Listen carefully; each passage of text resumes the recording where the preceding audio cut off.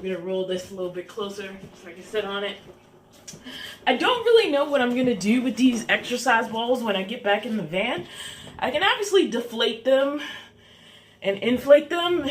Is the rolling annoying? I can obviously deflate them and inflate them in the van. I have a 12-volt pump, but that can get annoying after a while. But for now, that's my plan. I'm going to deflate them, throw them in the van, and the couple of days a week that I use the exercise balls for exercise, I should be able to inflate them and use them in a park or whatever I have access to. I do not plan for this to end. So, for those of you who didn't see my video I don't know when I did the last video. I recorded it a couple weeks ago, actually, and then I was very intimidated about releasing it, but then I got a lot of positive responses to my pandemic fitness journey, which I started, I guess it would have been quite a while ago now. I've been tracking these small steps, like get rid of this thing out your diet, start actually tracking your food, try to cut down on your food, start putting in exercise in small ways, go larger, go bigger, go longer, and just doing these tiny steps to sort of build myself up. I can definitely say that I am feeling stronger in so many ways. I can last longer on a lot of exercises that I wasn't lasting as long on in the beginning. I can do a 45-minute cardio routine, whereas I was only doing like 10, 15, 20 minutes at the most, like 4 weeks ago. There's just all these physical improvements that I can feel. But as far as my actual weight number, it was kind of frozen. Well, I'm happy to report I am 4 pounds lighter than I was last week. Now, like I said, weight loss or fast weight loss is not the goal. It's something I expect to be the result of the hard work, but what's been much more important to me is being able to be more active for longer amounts of time with less effect on my body.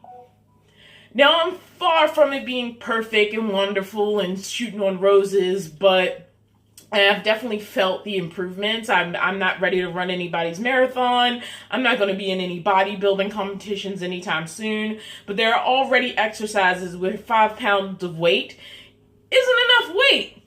Unfortunately, in addition to everything else, the fitness sections everywhere have been cleared out of hand weights. Like, unless you want a 1 or a 2 pound weight, anything of significant weight, unless you want to spend like $500, which I'm definitely not, especially not when anything I get has to go back in the van, unfortunately can't be found. Right now, I would love to have a pair of 8 pound weights. Now, mind you, there are also exercises where I need to go down, and I have these, let me grab it, I have these things.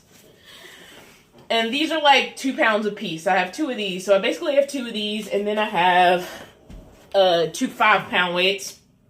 And that's basically all I have for videos where I'm going to do weight training related exercises. As far as what I've done this week, Monday was a cardio video called Turbo Cardio Party. It was a Turbo Jam cardio party. Tuesday I did Turbo Sculpt, which is also in the Turbo Jam program, and that's weights. And I coupled that with a 10-minute ab routine on the ball. And the reason why I do it on the fitness ball is because my back does not like being on the ground. And I was getting a lot of consistent back pain that has gone away since I've started doing ab routines on the ball. Wednesday, I did some sort of cardio routine, but I don't remember what it was. I remember it was Fat Blaster for Turbo Jam. Then I repeated Tuesday on Thursday, and I repeated Monday on Friday. Yesterday I did burn intervals, which is a mix of cardio and endurance weight training. And then today I did a stretch routine and another set of ab exercises. And that's basically what I've done this week. But what I really want to talk about in this video is, last week I did, or whenever I released that last video about this, I got a lot of comments that were like, cut this thing and cut that thing, especially in regards to diet. And the thing is, that doesn't work for me. Like, restrictive foods does not work for me. Because I'm basically, once you make something naughty, you're going to want it. under the rules I've set for myself, if I want ice cream, that's fine. But I have to deal with what it means to eat ice cream. If I want cookies, that's fine. But I have to deal with what it means to eat cookies. And what do I mean about that? I mean simple math. By counting calories, what I have discovered is that it becomes a self-corrective process, at least for me. Now, mind you, I'm just a numbers gal. So, it becomes simple math to me. I'm not really a numbers girl because I'm not really a mathematician. I'm not really great with math, but I'm great with logistics. And so logistically, if I eat a lower calorie snack, which by default usually turns out to be healthier, I get to have more of it with less of a loss in calories. I.e., I like pickles. There's almost no calories in pickles, and you can chew on it for a long time. So in the amount of time that it would take to eat a candy bar, I could also eat a pickle. Now you might say, but the candy bar tastes better. But does it really? It does. It tastes pretty good. But I find myself I can live without it. I'm honestly, if I'm sitting down and I'm just in a munching mood, the pickle is going to fulfill the motion and the need. I'm weird, so don't judge me, but I can snack on cucumbers. It's a weird thing. And again, the motion is being imitated of having a small snack. It has some significant length to it, but it has almost no calories in comparison to something like an actual Snickers bar, which is 300 or 400 calories, and that's almost a whole meal in 4 to 5 bites, maybe. How many bites does it take to eliminate a Snickers bar? And you've just taken in all the calories of a meal. And for some people, their brains might not work that way. For my brain, it's just logistics. I could have that Snickers bar, but that means I need to really have a low-calorie lunch or dinner or whatever's going to balance out the rest of my day. And that is the price of eating the Snickers bar. What I find for me is that most of the time, I'd rather be able to have the option, and it's just a visual thing, of feeling like I'm getting the most bang for my buck. And therefore, it just makes more sense if I'm going to be just as happy snacking on a pickle or a cucumber or a piece of fruit to go with that option.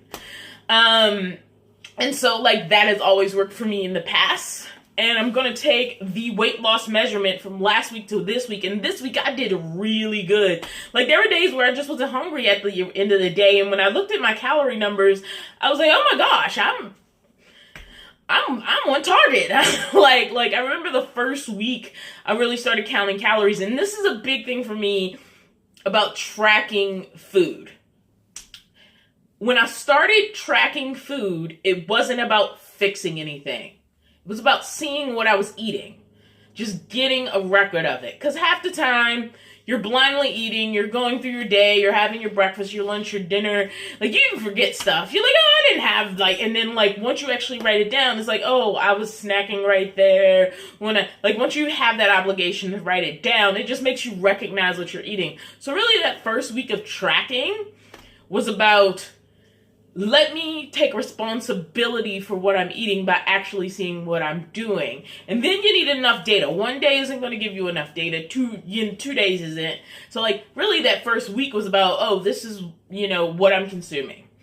And I did do a little bit of self-correction because once you can see it, you start doing that. But it has gotten progressively better.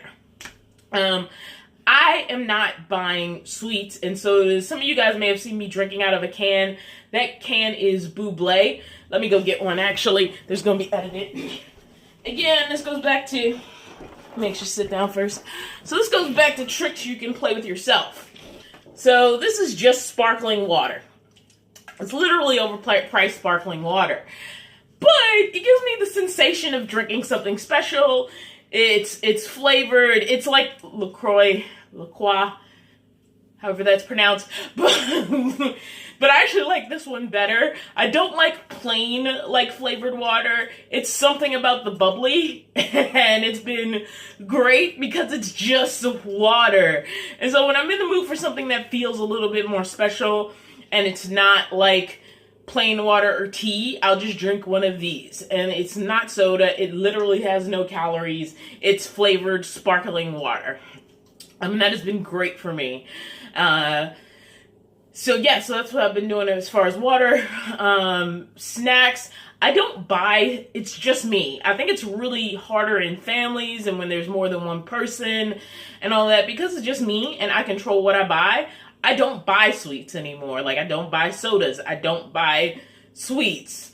It's going to be much harder, actually, when I'm back to work. Because what happens in a lot of work situations, and obviously, no, it happened with delivery jobs, too. Like, you go to McDonald's or Burger King or whatever to pick up food for somebody else and you smell it. I don't know how people eat people's orders because I don't eat people's orders. But you smell it. It smells good. And what I found was as soon as I got off, I had these cravings for like really bad food. So that's something I'm going to have to face if I go back to delivery driving at some point. Right now, I don't have to. What I found every once in a while, I had these temporary jobs at places that had free food.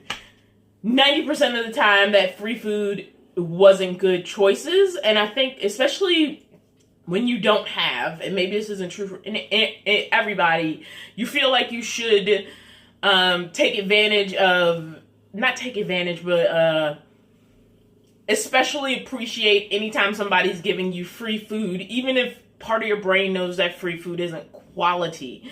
And so it's like, this is why buffets are bad, because it's like, oh, all I can eat for a certain price. I mean, besides the germ issue, which I wonder how people will address that in COVID-19, because little kids be like just sticking their fingers in those. But beyond that, it's the idea of like all of this thing you can have for a price and wanting to get your full value out of that price. And it can easily, with the wrong people, lead to overeating. In the van, I did fall also trapped to the going out to get food thing, just because honestly, learning how to cook in a van, especially a non-standing van without a fully set up 24-hour kitchen, it's tricky to learn how to cook. I was getting really good at it even before I got into the apartment, but it's going to be a journey to lose sort of the ease of what I have living in the apartment right now. But I've only been buying like generally healthy stuff, I feel like. Healthy is an argument because what one person thinks is like healthy, another person will tell you is not healthy. I.e., don't get me started on vegan meats. Like, don't get me started on that subject. And the fact is, there are variables. There are things that are just like as bad as non-vegan meat. There are vegan substitutes that are fine and vegan substitutes that are crap. Like, they're just another version of crap. A while ago, when I was also on when I was successful before my birthday came up, and this was the time where I had lost 50 pounds before, and I explicitly told everyone I did not want cake. And I love cake. Like, I love cake. I don't about pies, honestly, ice cream isn't that big of a deal. There's a lot of things, snacks, but I love me a good moist cake. But I was on track, and for my birthday, I specifically said, do not get me a cake. I know what you're thinking, somebody got you a cake. Nobody got me a cake, but a coworker got me a vegan cinnamon roll. And he said, but it's vegan.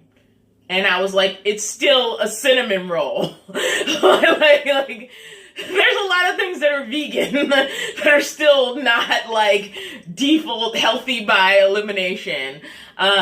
So that was an interesting moment. It still like trips me out where he's like, but it's vegan. And I specifically said like, I did not want anybody to get me cake or anything. And I was perfectly happy with that decision. There's other stuff I like, that I still could have treated myself to that day. And then because this vegan cinnamon roll was presented as a gift, of course I didn't want to reject it. I ended up cutting a small piece off and like tried to like give the rest of it away, which is kind of weird. And yeah, and food is just hard. Let's be honest. We are taught to use food to satisfy every emotion on the planet. When a baby cries, first thing we assume is that it's hungry. So we do it to make it happy. And usually we're right with babies. They just need their nutrition and they need to grow. But even as kids start to get older, when a kid is sad, we try to give them a treat to cheer them up. And very frequently, it's candy or food or something like that. When they've done well, you can be rewarded with food. And then that continues into adulthood. And then, like, for me, I found myself at a lot of events where I felt guilty if I wasn't participating in the food. And on top of that, because I have social anxiety, and it's really, really hard for me in groups and crowds, I don't have performance anxiety. Performance anxiety, like, I can get up on stage and talk to 100 people because it's not a personal interaction. And usually if you're in that position, you have a job, you're telling a speech, you're giving information, you're doing a communication, and it has parameters. It's when you drop me into the crowd that I sort of begin to shut down. And so also, not only is it expected in those situations where there's food to participate in the food, rather you're full, not full, whatever. That's why I said it's an emotional thing. It's not about me going to a work event with food hungry. It's about me going to a work event with food and feeling obligated to participate in what is being given. And also as a way to escape, because I have such a hard time dealing with people. It's much easier to go stand by, like, the table and nibble on things indiscriminately. And so that's its own problem. So there's a lot going on with food. And right now I'm doing very well because I am controlling what goes in the refrigerator, and I only eat what I put in the refrigerator. And as far as I'm concerned, it's mostly healthy stuff. I'm working on increasing my protein, so I bought some protein powder so I can go back to doing protein shakes. And I've actually gotten a blender that I will be able to use in the van. It's a very low wattage blender, and for what I want to do with protein shakes, it'll be great. So I'm going to start doing that in the morning, because my protein, as I try to increase my protein, my carbohydrate levels are going down on their own. Simply adding protein and trying to have a balanced meal, like I said, it's working itself out. I don't need to concentrate on the specific macronutrients. And for people who don't know what macronutrients are, there's basically three. There's proteins, fats, and carbohydrates. Your body needs all three. But they need them in a certain balance. They need more or less of certain ones. There's also, like, quality places to get these three macronutrients and not so quality places to get these three macronutrients. But I find in just trying to have a full meal that is truly balanced, I don't have to worry about cutting carbs or cutting fats. And I like to think of it as more of an additive. Because I've been pescatarian for years, I've dabbled in vegetarianism and veganism. I was veganism for a couple hours and I wanted cheese. Sorry, I cannot give up my cheese. I love cheese. I forget what my point was, but yeah, I've always struggled with how to keep protein in my diet. I don't want to eat red meat. Like, I have no interest in eating red meat. I have no interest in going back to poultry. But I still do eat seafood, which is what pescatarianism is. It's basically vegetarianism, but you still eat seafood occasionally. If you eat mostly vegetables and you still eat all of the meats, you're just a light meat eater. You are not any version of vegetarianism, by the way. I hate when people say that. They're like, I'm vegetarian, but I still eat bacon. No, you're not. That's also why I don't like to say I'm vegetarian, because I don't even feel like dealing with people being like, oh, you still eat something that has a mother? No, you're not. And they're right. But there is a term. It's called pescatarianism. But anyway, I'm getting past that because I don't even want to get in those arguments. Like, whatever. I'm controlling my diet in a way that I feel works for me, and I'm seeing the results of a self-corrective process. I like the calorie counting method. For me, for some people it's too much. For me, it takes a lot of the pressure off of a lot of things because the decisions become very simple. We all know fruits and veggies and, like, quality food is better for you than junk. Like, we all know that. We all know, like, eating at McDonald's every day is bad. like it's so that part of the choice is like, I don't need the details of that choice to figure it out. So yeah, I don't even know what else to say. It's going great. You know, I'm down 4 pounds since last week. I'm really, really proud of the food choices I've been making overall. I'm not going to pretend they're perfect, but the path is definitely positive, and that's all this update was about. I'm going to try to do a little update of these weekly. Daily would be too much, but if I just grab some stuff on a weekly basis to be able to show, that should work out great. See you in the next video.